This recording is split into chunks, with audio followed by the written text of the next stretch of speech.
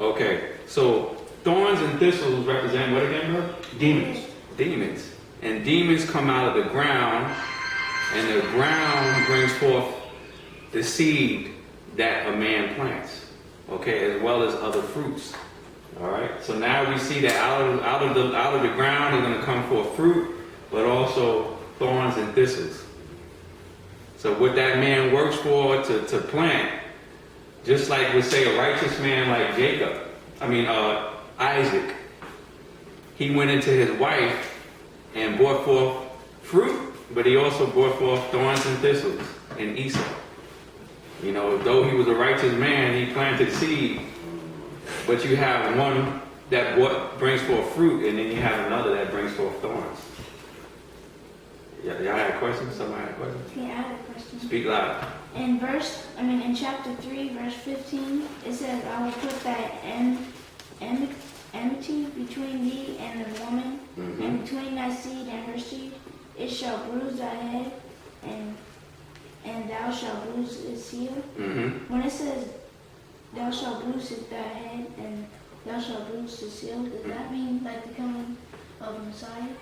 Yes, that's a prophecy of the Messiah. You want to answer that one, Will? The first instance we see with this is, like your brother was saying, when you go to the book of Bereshit 25, we see the situation with Esau and Jacob.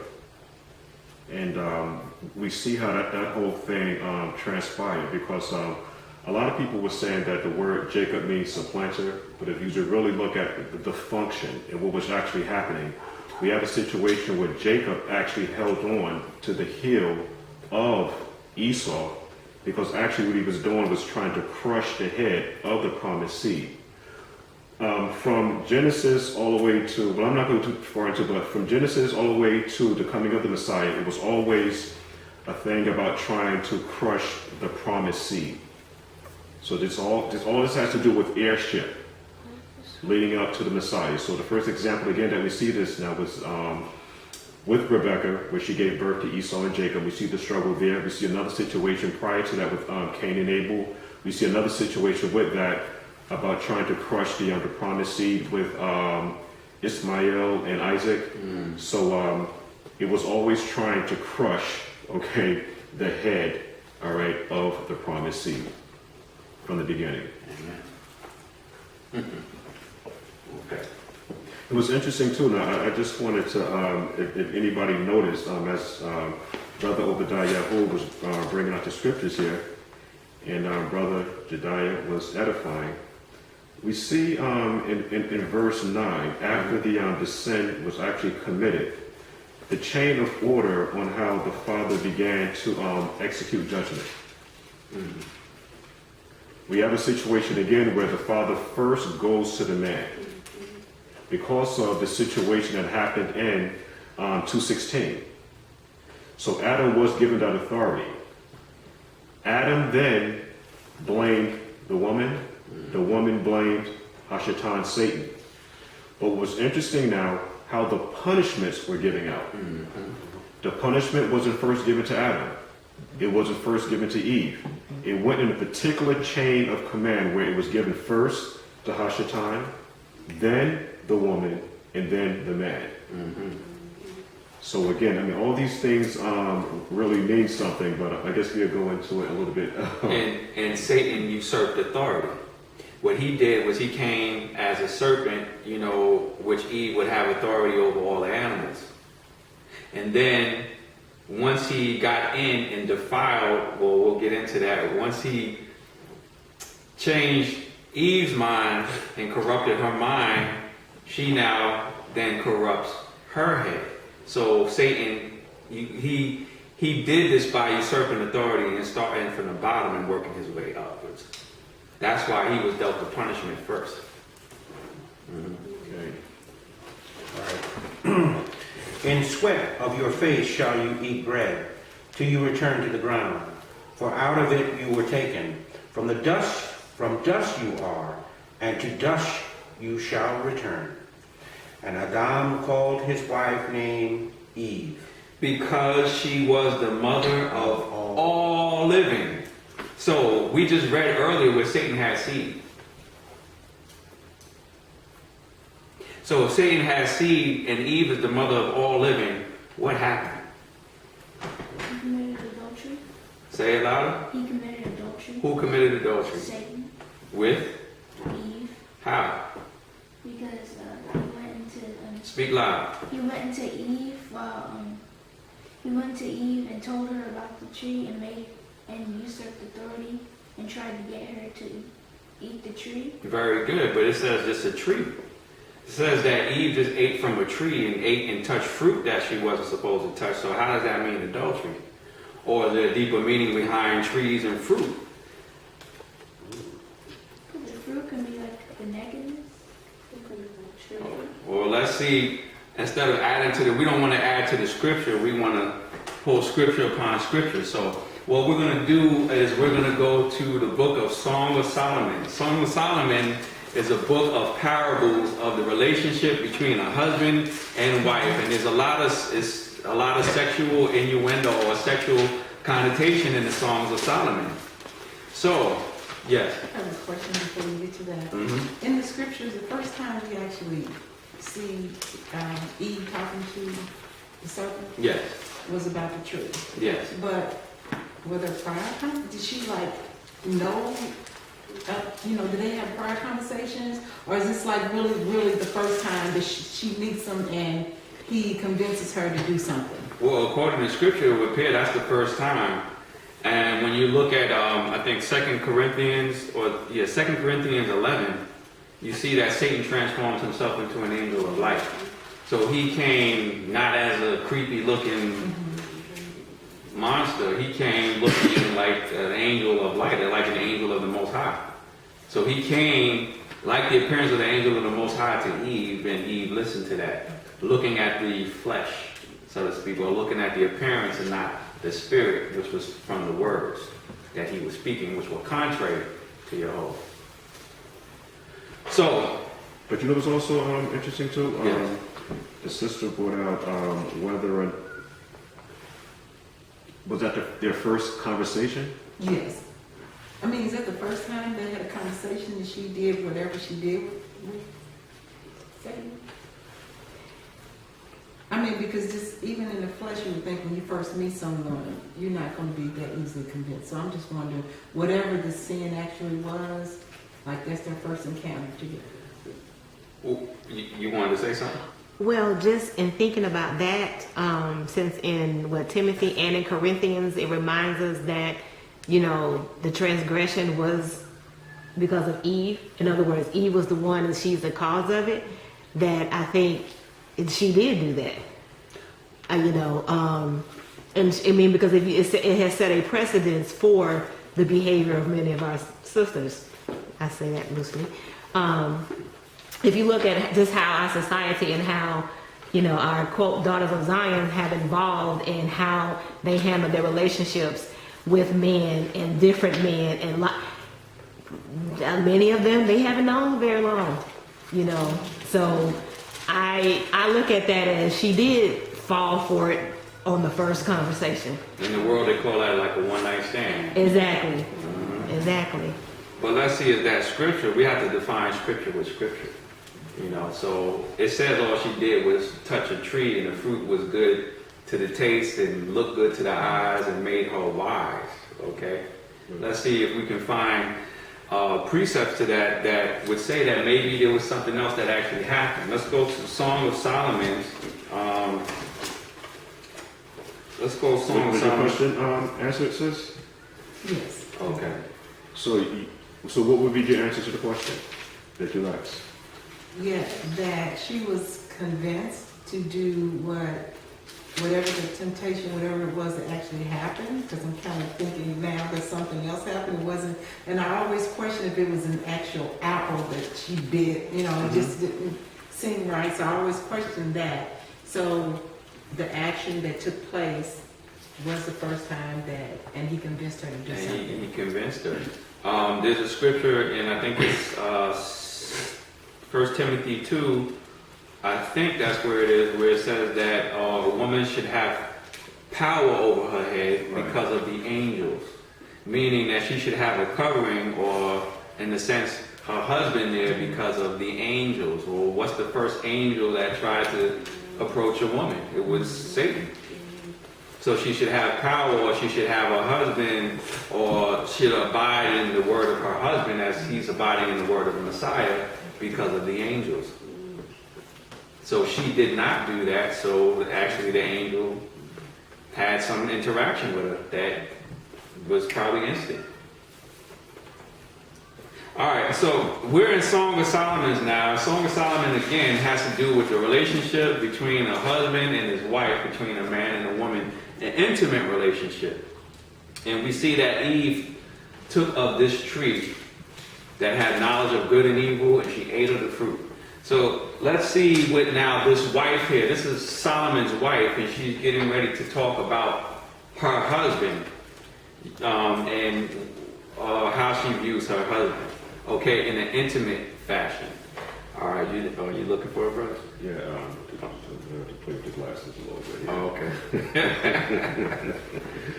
But yeah, it's quite interesting. Also, I think it's either in Timothy or Titus where it says, about concerning the same thing. This is a great mystery. So let's find out. Maybe this is what that mystery is. All right, so let's start Song of Solomon 2 and verse 1. And this is now the wife of Solomon speaking. I'm the rose of Sharon, and the lily of the valleys, the beloved.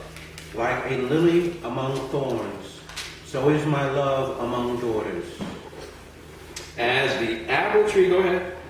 As the apple tree among the trees of the wood. Go ahead, brother. Okay, I'm tree to it. So is my beloved among the sons.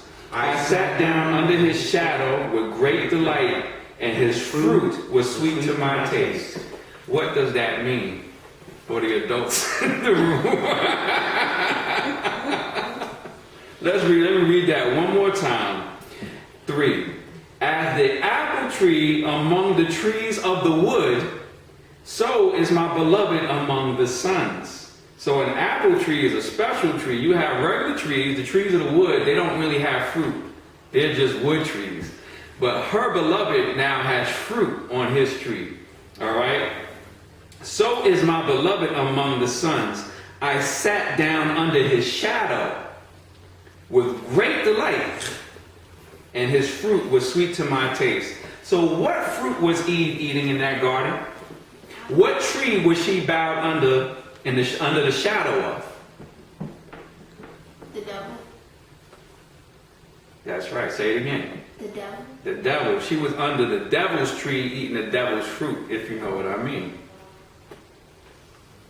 So now, when we see things in its proper context, we see a mystery. Eve was the mother of all living. Satan had seed, and so did Adam have seed. But when Adam named Eve, he called her YAHUAH, because she's the mother of all living. All right? So now, let's see if we can find further evidence of this in the scripture. In the curse of a woman's conception and the curse of the man bringing forth thorns and thistles. When he plants his seed into the ground, he can bring forth fruit, or he can bring forth thorns and thistles from the same ground, from one seed. All right. Let's go now to, first let's go to Leviticus 15.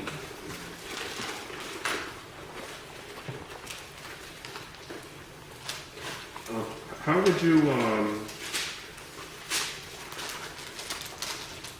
relate that very scripture that we just went to with Bereshit, the 2nd chapter, because we have something going on in there very interesting. And I wanted to read down a little bit more on that, the Songs of Solomon, the 2nd chapter. Okay. To see what can we get out of that. Okay. From the very beginning, the Father didn't leave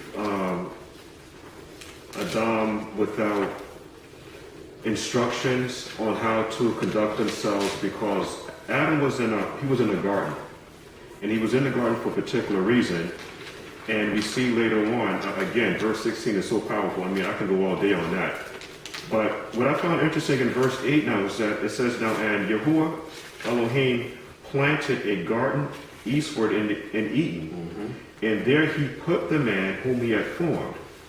And out of the ground made Yahuwah Elohim to grow every tree that is pleasant to the sight, and good for food, the tree of life also in the midst. So what we have to do now, it says now the tree of life was also in the midst.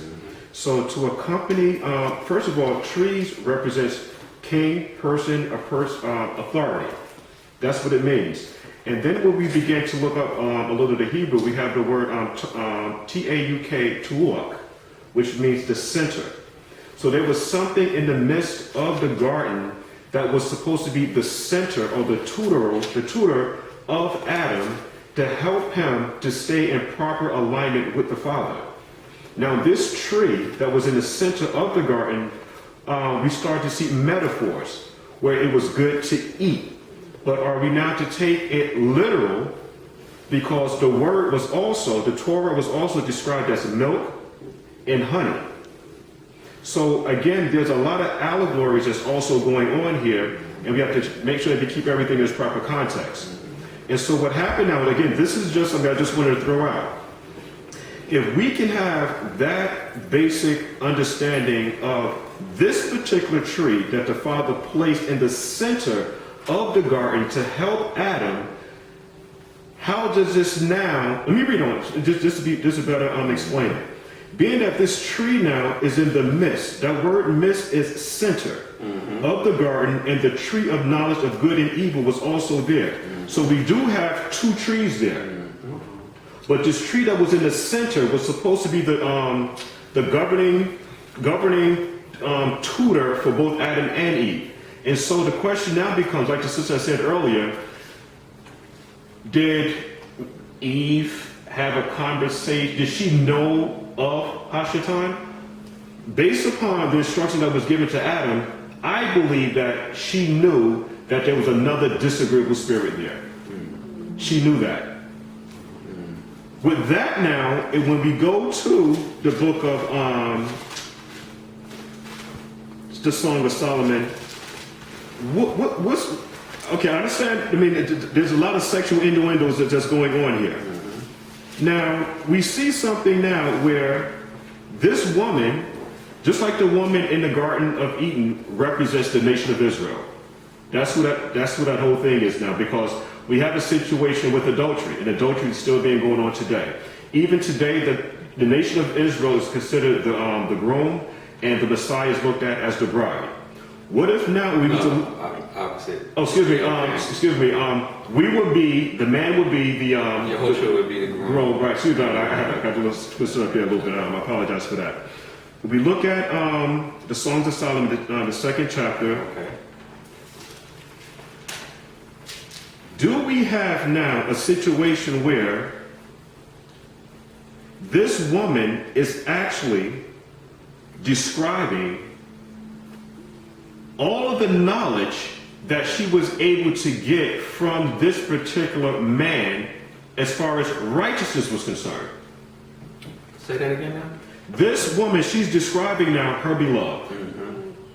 This beloved is her husband. Is it possible that this woman is describing Torah and not necessarily sexual innuendos? Let's answer that question with the innuendo given by the man to see if this is just talking about Torah or if this is talking more of a relationship innuendo. Let's go to Song of Solomon's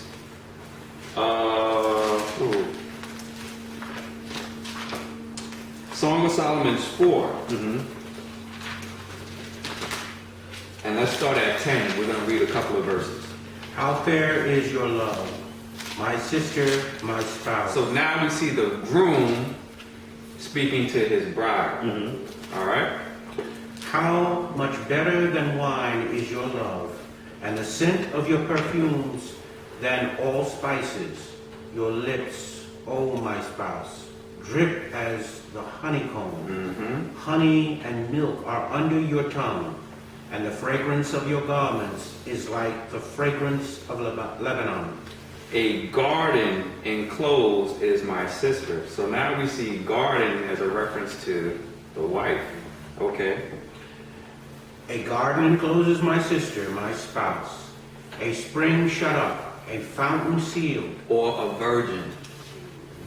A spring shut up, a fountain sealed. The high priest is supposed to marry a virgin. This groom is a reflection of Yahushua, who was the high priest, who was supposed to marry his bride, who was spiritually clean and undefiled, or a virgin. Go ahead. Your plants are the orchard of pomegranates, with pleasant fruits, fragrant henna and spikenard and saffron, calamus and cinnamon, with all trees of frankincense, myrrh and aloes, with all the chief spices. A fountain of gardens, a well of living waters, and streams from Lebanon. So now this garden gets wet with living waters. Okay? Go ahead. Awake, O north wind. O come, O south. Blow upon my garden. Come down south and blow on my garden, that its spice may flow outward. that its spices might flow outward. The adults should know what's going on here. This is, Right. So this is sexual innuendo. This is not just speaking about, us keeping the law, but keeping the law, husband and wife relationships is in keeping the law. And that's part of the law. That's part of the covenant between the husband and wife. That cements the covenant. The union between husband and wife is law. Is law. Let my beloved come to his garden and eat its pleasant fruits. So now we see fruit again being eaten in the garden, but this fruit has to be eaten. The husband has to go south. Right. So if we keep this in context and use scripture to define scripture, what really took place in that garden? All right, let's go to Leviticus 15. Leviticus 15.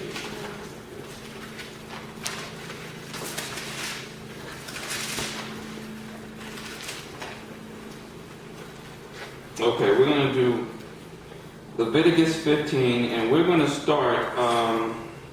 At the 19th verse. Now remember, Eve's chastisement was that she would be cursed in her conception, Right.